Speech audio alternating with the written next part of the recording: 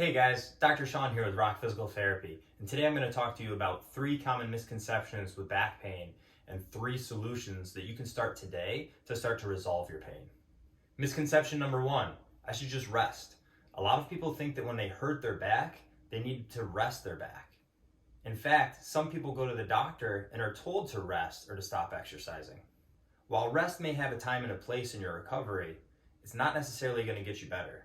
Sometimes people stop moving or stop exercising when their back hurts, and then their back actually starts to feel a little bit worse, which makes them even less inclined to move and exercise, and then it hurts even more. Misconception number 2, my back is just weak, that's why it hurts. While there is something to be said about being strong through your back, a lot of times we find that somebody's back is actually doing a lot of work. Maybe your back's actually doing a really good job, and there's weakness somewhere else, so your back feels like it has to compensate for that. Misconception number 3, I need imaging so I can find out exactly what's going on in my back. While imaging also has a time and a place, it shouldn't be your first line of defense. What we know from research is that there isn't a strong correlation between imaging results and what somebody's feeling. For example, you could have an image with nothing on it and you could have back pain. You could also have an image with disc bulges, arthritis, and things like that sound scary, but maybe not have any back pain associated with it. So there's our 3 misconceptions. Now what do we do about it? Well, you probably guessed this. The first one, instead of resting, we want to move. Even if you have to scale back on your exercises and decrease the intensity, we still want you to get out and move, even if it's just going for a walk. You see, our bodies really like to move. We're actually made to move. So by sitting around and resting, we're probably not doing our body any favors.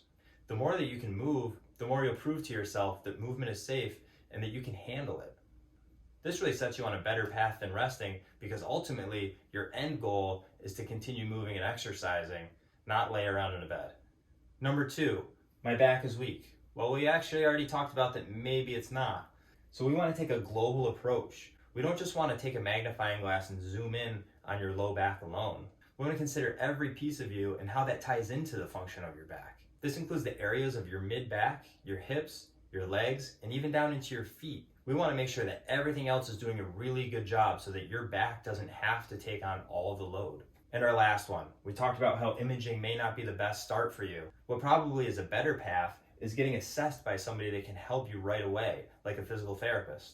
Our recommendation is to seek out somebody who wants to use these first 2 approaches. They want to get you moving and they want to get you stronger so that you can continue on your path to recovery. This probably looks something along the lines of giving you exercises to make your back feel better, and then giving you progressively more and more challenging exercises so that we're building some strength. Well, there you have it.